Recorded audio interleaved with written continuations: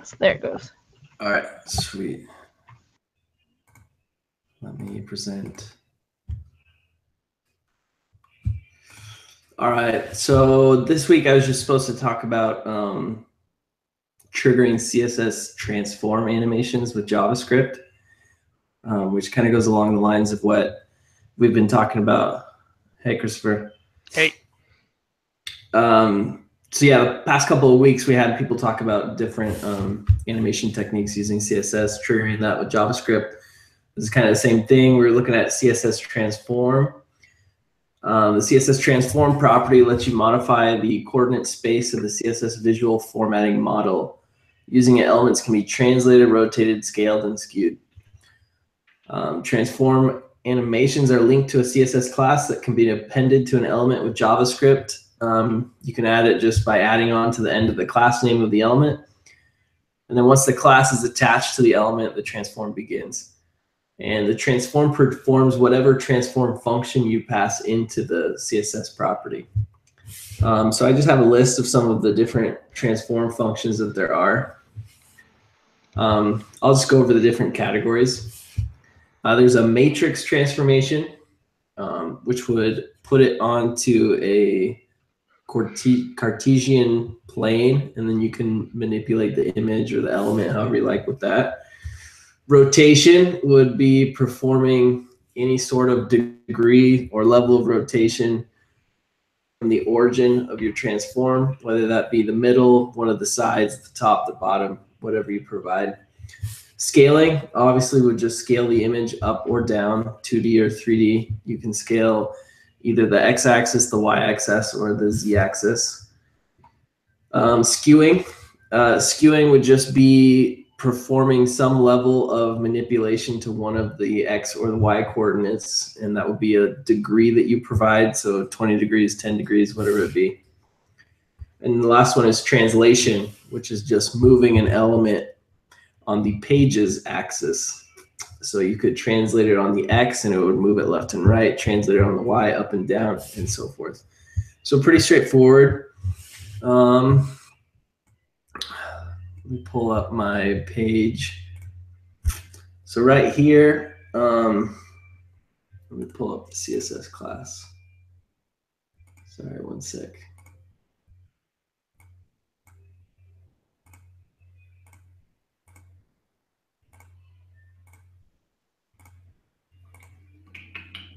So here are my classes that I'm going to be using for this page. So we have a rotate, a scale, a skew, and a spin. Those are the classes. The rotate, all of these are going to use transform origin middle just to keep it simple. So all of the animations are going to apply from the middle of the image right here. For rotate, obviously we're just going to rotate 90 degrees. Scale, we're going to scale the X and the Y axis 2 times 2. So it'll expand it by 2 on both axes. Or axes. And then skew is a skew. I spelled the class name wrong, but it shouldn't matter. And then the last one is spin, which we're going to translate the x-axis, rotate 50 degrees, and then translate the y-axis to make it look like it's rolling. So here we just have a normal image for reference, and then we're going to rotate to the right 90 degrees. We're going to scale by 2, and it'll just get bigger. We're going to skew by 30 degrees on both axes. And you can see it just kind of pulls it 30 degrees on each side. And then the spin is just going to tilt it to the side. And yeah, that's about it. So I'll show you the JavaScript real quick. So I have this add class method. So I provide the class name and the element ID. If the element ID is empty or null, it'll just assign it to the class name. So those two would be the same. It'll look up the element by that element ID, and then it'll grab the class name and just add that class to the end of it once I click the button, begin transformation. So yeah, that's it. Does anybody have any questions? No, that looked great. Thanks. Looks good. Awesome. That's it for me. Awesome. I can go ahead and go then.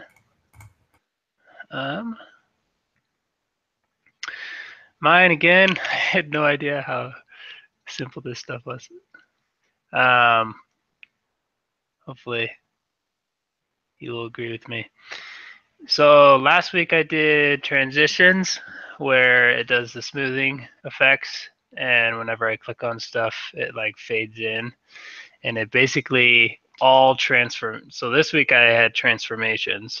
You trigger them the exact same way using like hovers, befores, afters, and let's see here.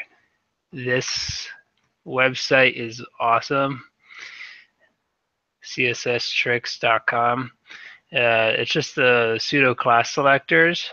So there's a whole bunch of them. You can link visited, hover, and active, and it kind of goes through and outlines all of the different selectors that there are. And there's a ton of them. And basically, with pretty much any selector, you can apply a transition or transformation. So this week for transformations, basically all a transformation is where it's just abrupt. So there's no transition. So literally, let's see here, go into my CSS here. So can you guys see this? I'll zoom in. So for transformation, I have the box size by default, 100 by 100, and then I just set, when I hover it, make it bigger, and it's the exact same thing as last week. I just don't put the transition in. And then if I don't have the transition in, it's just an abrupt change of color and size, since that's what I'm actually changing the values on. Yeah, I could just change one of the values and not the other, and then it would just change the one. So you literally pick and choose which values you would change or transform whenever a certain person does an action. This, for whatever reason, oh, that's why. I didn't see my misspelling there till now. So that'll probably work now. Yep. So instead of fading into yellow, it's just instant yellow when I click. And that's my understanding of transform, is just that it's just instant. It's abrupt, whereas transitions are smooth. So that's basically the difference between the two of them. But other than that, everything's the exact same that I went over last week, where you use the different selectors to be able to go through and target those areas, and apply transitions or transformations to them. So yeah, that was mine. That's pretty much it. Sweet. Yep. So are we meeting next week? I think so. Is Alex still here? I